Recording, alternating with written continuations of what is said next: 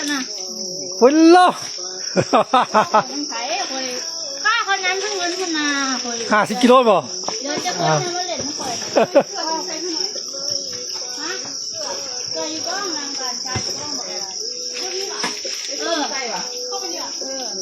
ใส่เกลือแล้วใส่เป็นหัวหอมแม่แล้วคนเหลือจะ50 กิโล50 กิโลเหมาะเพราะมันแม่ของมันนั้นก็50 กิโลเด้อบ่หลายเนาะอ้าว50 กิโลคอกนี่ถือว่าได้50 กิโล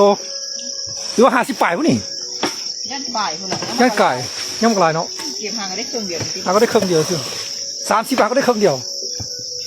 ย่างไก่50เลยนี่คอกนี่ย่างไก่50เลยนี่จะโลหน่อยนู้16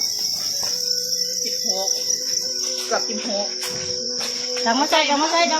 น16 โลก็เป็น30ปลายแล้ว30คู่นึงมาหน่อยเมื่อกี้นี่24ก็4หมออ๋ออันนี้ลบ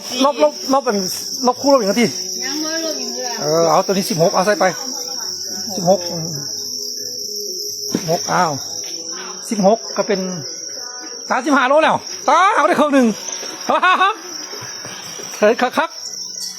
35 โลแล้ว35 โลแล้วได้ครึ่งหนึ่งแล้วอ้าวตักไปแล้ว35 โลเหลือแบบนี้กิริของเขาตักไปแล้ว35 โลเหลือซับนี่แหละ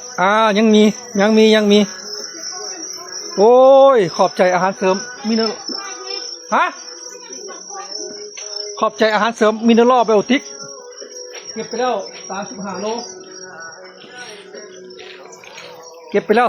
โลขอบใจอาหารเสริมมินเนอร์ไบโอติก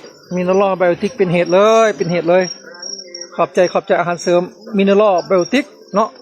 เก็บไปแล้ว35 โลเหลือแบบนี้อยู่เนาะเก็บไปแล้ว35 โลแล้วเหลือแบบนี้อยู่เอาจัดไปเก็บไปแล้ว35 โลยังซับนี้อยู่คอกดีได้พูดนะโอ้บ่ธรรมดาเก็บไปแล้ว35 โลเหลืออยู่นี่อยู่อีกประมาณเป็น20 โลบนนี้นี่เป็น20 โลบนนี้เอาจัดไปมินเนอร์ไบโอติกไอ้บ่ใส่กระยาแต่เขาใส่ได้ผลเห็นผลชัดเจนแบบนี้บ่ทิ่มบ่ปะแน่นอน